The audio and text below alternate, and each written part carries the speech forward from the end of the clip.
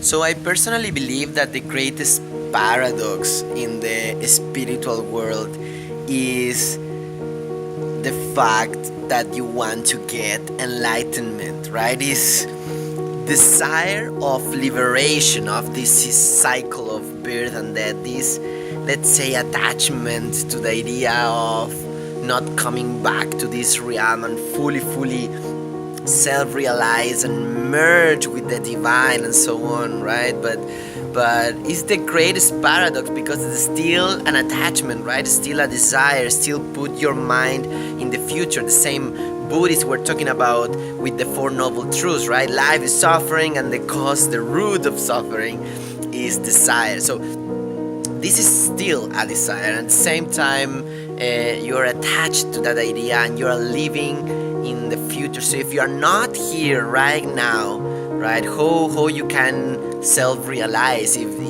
is the future and the past is just a projection of this rational mind, right? If we are talking about beyond the dualities, if we are talking about the Brahma and Purusha, God, everything is timeless, right? It's spaceless. So how we can be attached to the future, to a purpose, to a goal, in order to get enlightened, right? So this doesn't make so much sense, but at the same time we are in the path, right? We talk about the 8 limbs of yoga and we are progressing towards samadhi, towards oneness, towards nirvana, and this is the greatest paradox because we are in the path, but at the same time we are attached to that idea. So the interesting thing here is how you can be fully content, fully in bliss, fully in peace, and find happiness right here, right now, if your mind is there. So actually is all about what spiritual teachers say, like you are actually are what you are looking for, right? You are actually are the goal. Actually, what is the purpose of life? What is the goal of life? And you can hear, I don't know, amazing philosophers, Alan Watts, or spiritual teachers like Osho. They say life is the purpose, or life is the goal itself. Or actually, in one of the lectures of Alan Watts, he even say life is purposeless. So there's no purpose at all. It's like a dance. It's like music. You just play for it. So it's really interesting idea to contemplate everyone who are in this yoga path, philosophy, healing, this attachment for liberation, and how we can be fully present but don't how we can let go the idea of liberation if we want to get liberated, right? I will start just listen what words are you using if you want to. Who wants that? If you are starting from that, I don't know, from your ego, from my name and my face and my zodiac sign wants that, you are missing something, right? Because the whole idea is realize that you are part of everything. So it's a really interesting concept. It's a really interesting discussion. Even Osho say, when you are meditating, be fully present, and if Buddha comes, kills the Buddha. If Jesus comes or Krishna is coming playing his beautiful flute, kill the Krishna, kill Jesus, and just be fully you in peace. And there where you're going to find actually instant enlightenment that is just now. It's just self-realized that is happening now in this present moment when you're when you're watching this video, just watching this, walking in the street, going to your meditation class, going to your yoga practice, going to your retreat in Myanmar because you want to get enlightened, right? In that moment when you are in the plane to Myanmar and you are in the plane to Thailand because you want to have that retreat to get enlightenment, is when you should realize that you are already there. You are already light. You're already God and goddesses, right? So if life is purposeless, this is another thing that's coming. If life is purposeless, then there's no goal, and the whole idea is let go purpose.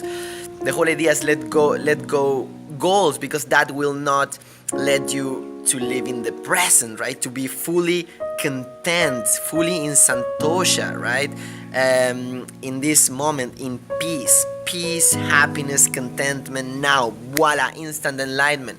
How we can be like this if we are living in this life, right? In this life with goals and purpose. If we're born with this mind that, especially the left side of the brain, that is labeling, purpose, rational, analyzing, and so on. So how we can do that? How we woke up? What we do in the morning? We don't just do nothing. We open the eyes and just feel we are light, we are gods, and just chill out all day.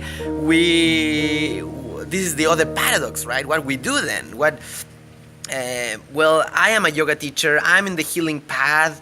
I don't know. And then I want to build this, so I want to reach there. Nah. You are already in the future. You are already planning and with purpose and goals. So this is the other paradox. How we should live. Being fully present, letting go attachment of goals, letting go purpose. How we can be fully present and experience instant enlightenment if we have a life to live. One of my greatest teachers I had, Roshan in Rishikesh, he say,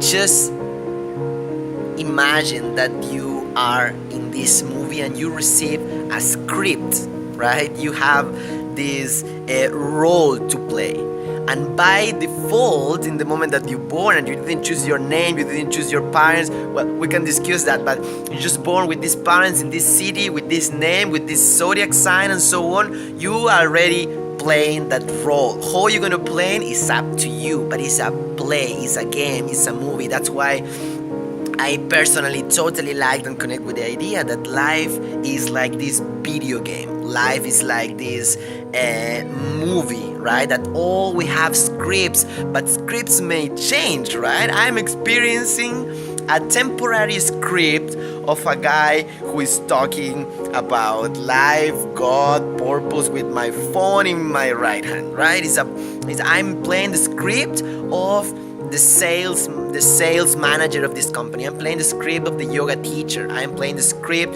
a temporary script of the happy person or the sad person, right? How we deal with emotions. So you have been given that temporary, the script, let's say now, of the script of the sad woman or the sad guy. It's temporary. What are you going to do that? You're going to take the script and resist it and try to play another role. You were given that in that moment. What are you going to do? Just play the role, right? Play the role of the temporary role of the sad person. And you know what? Be sad. Cry as hard as you can. Cry and scream and out loud, but you know what? If you're going to play the role or the script of the sad person, I want you to win the Oscar, right? I want you to win the Academy Awards of this role, you know?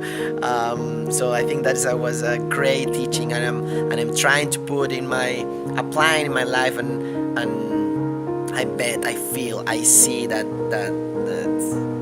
creates change, right? I invite you to do the same.